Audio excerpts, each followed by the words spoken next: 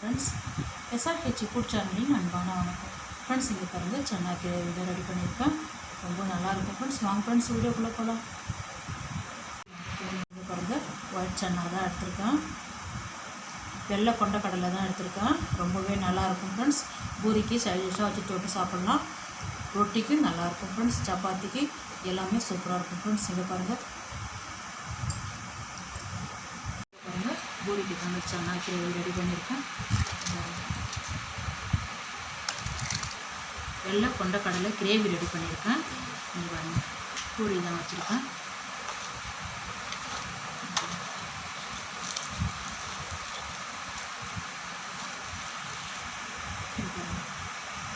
சன்னாவோட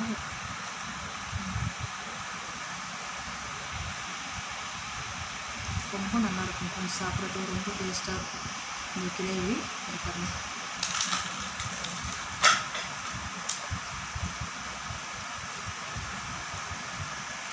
friends, இங்கே பாருங்கள் சோம்பு 2 டீஸ்பூன், ஒரு அன்னாச்சிப்பூ, ஒரு ஜாபத்ரி, 2 துண்டு பட்டை,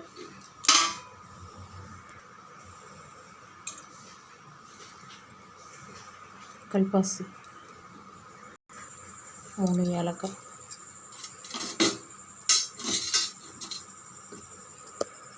நாலு கிராம்பு, மராத்தி முக்கு, சீரகம் 1 டீஸ்பூன், மிளகு 1 டீஸ்பூன். இதெல்லாம் நல்லா நைஸாக பொடிச்சிடலாம் ஃப்ரெண்ட்ஸ். இங்கே பாருங்கள் நல்லா பொடிச்சிட்டேன். வெள்ளை கொண்டக்கடலை தான் எடுத்துருக்கேன். 8 மணி நேரம் ஊற வச்சுருக்கேன். இங்கே பாருங்கள் நல்லா வாஷ் பண்ணி எடுத்து வச்சுருக்கேன். இங்கே பாருங்கள் குக்கர்லேயே வேக வச்சிடலாம். தண்ணி விட்டுருக்கேன். இந்த ஊற வச்சுருந்த கொண்டக்கடலையை அதை சேர்த்துருங்க. 250 கிராமு. இந்த கடலை முழுகிற அளவுக்கு தண்ணி வைங்க. தண்ணி கல் உப்பு, ஒரு உருளைக்கிழங்கு தோல் நீக்கி வாஷ் பண்ணி வச்சுருக்கேன். அப்படியே மூடி வைங்க. 8 விசில் வரட்டும். ஒரு டீஸ்பூன் கசகசா, 8 பீஸு முந்திரி. இது ஒரு 10 நிமிஷம் ஊறட்டும். ஃப்ரெண்ட்ஸ், இங்கே பாருங்கள் 2 கப்பு மைதா எடுத்துருக்கேன். ஓமம் ஒரு 1/4 டீஸ்பூன் எடுத்துருக்கேன்.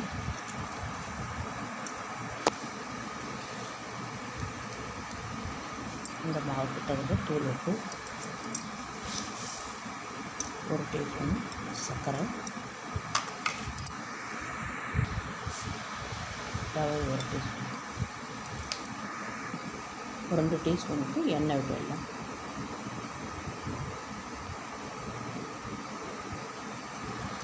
நல்லா கலந்து விட்டுட்டு தண்ணி விட்டு சப்பாத்தி மாவு அளவுக்கு பூரி போடுற அளவுக்கு நம்ம கலந்து வச்சிடலாம் ஃப்ரெண்ட்ஸ். நார்மல் வாட்டர்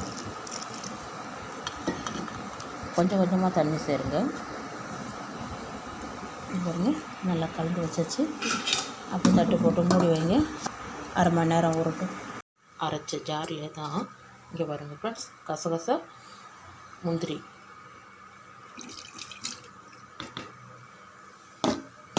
அப்படியே நல்லா நைஸாக அரைச்சிடலாம். தண்ணி அதிகமாக இருக்குது, கொஞ்சம் வடிகட்டிக்கிறேன். இங்கே பாருங்கள் தண்ணி வடிகட்டிட்டேன். 2 ஏலக்காய் சேர்த்து நல்லா நைஸாக அரைச்சிடலாம். இங்கே பாருங்கள் தண்ணி விட்டு அரைச்சிருக்கேன். இதை வேறு பாத்திரத்தில் மாற்றிடலாம். இங்கே பாருங்கள் சன்னாவும் நல்லா வெந்திருக்கு. இது கொஞ்சமாக பாதி எடுத்து ஜாரில் சேர்த்து அரைச்சிடலாம். முந்திரி கசகசா அரைச்ச ஜார்லேயே இந்த சன்னாவை பாதி எடுத்து அரைச்சிக்கலாம். இங்கே பாருங்கள் இந்த உருளைக்கிழங்கு நல்லா வெந்திருக்கு.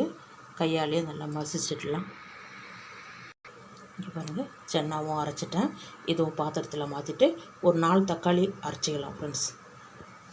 இங்கே பாருங்கள் உருளைக்கிழங்கு மசிச்சிட்டேன். சன்னாவும் வச்சுருக்கேன். 2மே ரெடியாக இருக்குது.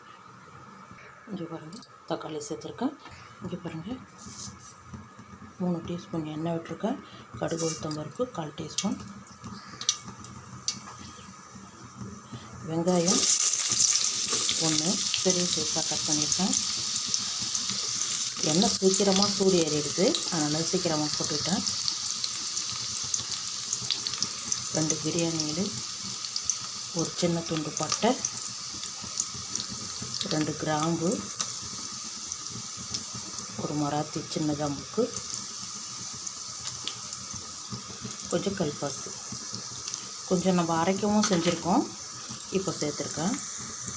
இது கூடவே 1/2 டீஸ்பூன் சோம்பு.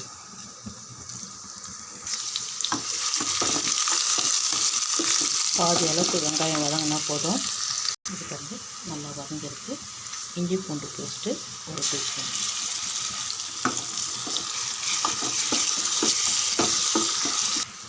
கொஞ்சம் கருவேப்பிலை, மஞ்சள்தூள் 1/2 டீஸ்பூன், கார மிளகாத்தூள்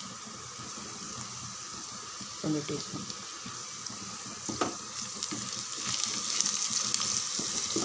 ஒரு 2 நிமிஷம் கலந்து விடுங்க.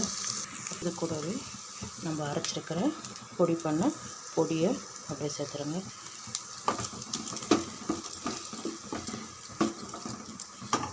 அப்படியே தக்காளி விழுதையும் சேர்த்து வதக்கிடலாம். தீயை சிம்மில் தான் வச்சுருக்கேன். பொடியெல்லாம் சேர்த்த வரைக்கும் சிம்மில் நல்லா வதக்கி விடுங்க. நல்லா வதங்கியிருக்கு. இந்த டைமில் இந்த சன்னா அந்த உருளைக்கிழங்கு ரெண்டுமே அரைச்சிருக்கிற உருளைக்கிழங்கும் சேர்த்து நல்லா வதக்கிடலாம். நல்லா ஒரு 3 நிமிஷம் நல்லா வதக்கி விடலாம் ஃப்ரெண்ட்ஸ். நல்லா வதக்கியாச்சு. இந்த டைமில் நம்ம முந்திரி கசகசா சேர்த்தோம் இல்லையா, ஏலக்காய், இந்த விழுதையும் சேர்த்து நல்லா இதை ஒரு 3 நிமிஷம் வதக்கி விடணும். ஏன்னா மசாலாலாம் சேர்த்துருக்கோம். இந்த மசாலாவுக்கு தகுந்த தூள் உப்பு. ஃப்ரெண்ட்ஸ் இங்கே பாருங்கள், நல்லா வதங்கியிருக்கு. நல்லா வாசனையாகவும் இருக்கும் மசாலா சேர்த்ததால். இங்கே பாருங்கள், நம்ம எடுத்து வேக வச்சுருக்க கடலையும் அப்படியே சேர்த்து ஒரு 2 நிமிஷம் நல்லா கலந்து விடுங்க.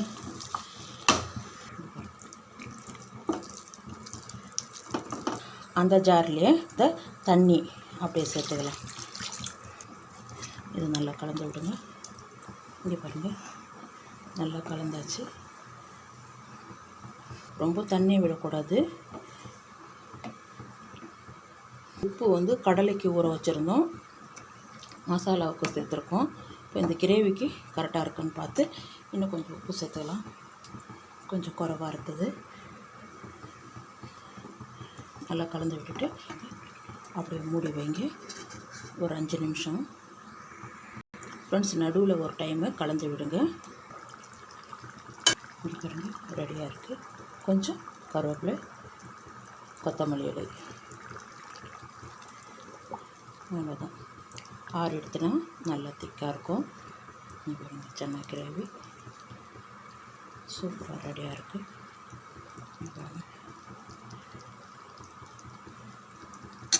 வாங்க விடுங்க. பூரி, சப்பாத்தி, ரொட்டிக்கெல்லாம் ரொம்ப நல்லாயிருக்கும். ரைஸுக்கும் சூப்பராக இருக்கும். ரைஸுன்னா ஜீரக ரைஸுக்கும் ரொம்ப நல்லாயிருக்கும். இங்கே பாருங்கள். வாங்க ஃப்ரெண்ட்ஸ், சாப்பிட போகலாம். நைஸாக நமக்கு தேவையான அளவுக்கு பூரிக்கு மாவு எடுத்துக்கலாம். ஃப்ரெண்ட்ஸ் இங்கே பாருங்கள்,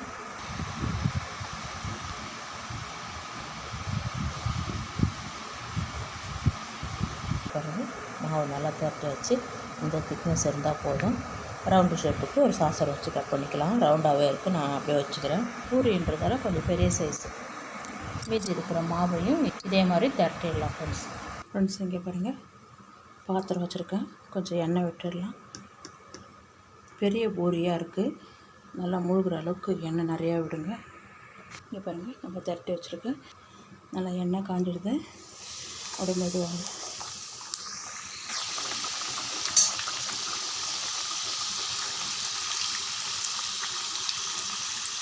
பாருங்கள், அப்படியே திருப்பி விடுங்க.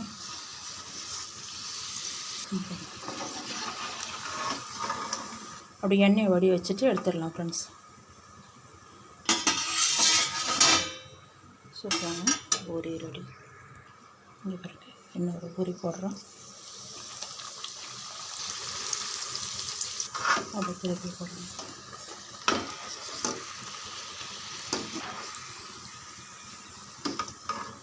அப்படி எண்ணெயை வடி வச்சுட்டு எடுத்துடலாம் ஃப்ரெண்ட்ஸ்.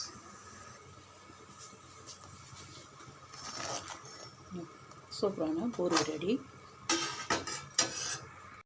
ஃப்ரெண்ட்ஸ். இங்கே பாருங்கள், இதே மாதிரி மீதி இருக்கிற மாவெல்லாம் பூரி பொரிச்சு எடுத்துருங்க. இங்கே பாருங்கள், இந்த எண்ணெய் இருக்குது இல்லைங்க ஃப்ரெண்ட்ஸ், இங்கே பாருங்கள், இங்கே பாருங்கள், அப்படியே சூடாகவே இருக்குது எண்ணெய். இதில் இங்கே பாருங்கள், ஒரு 2 டீஸ்பூன் வர்ற அளவுக்கு சேர்த்துக்குங்க. ஒரு வரமிளகாய் சூடாகவே இருக்குது. கொஞ்சம் பெருங்காய பொடி,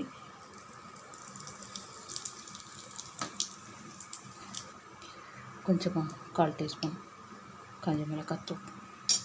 எண்ணெய் சூடாகவே இருக்குது.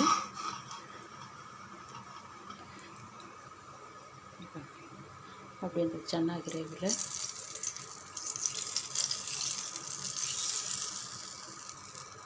அவ்வளோதான் ஃப்ரெண்ட்ஸ். இங்கே பாருங்கள், சன்னா கிரேவி சூப்பராக இருக்கும் ஃப்ரெண்ட்ஸ். பூரிக்கு சைட் டிஷ்ஷாக வச்சு தொட்டு சாப்பிடலாம், ரொம்ப நல்லாயிருக்கும் ஃப்ரெண்ட்ஸ். இந்த வீடியோ பிடிச்சிருந்தா லைக் பண்ணுங்கள், ஷேர் பண்ணுங்கள், கமெண்ட் பண்ணுங்கள், மறக்காம சப்ஸ்கிரைப் பண்ணுங்கள். அப்படியே பக்கத்தில் இருக்க பெல் ஐகானை கிளிக் பண்ணிடுங்க. Thank you friends.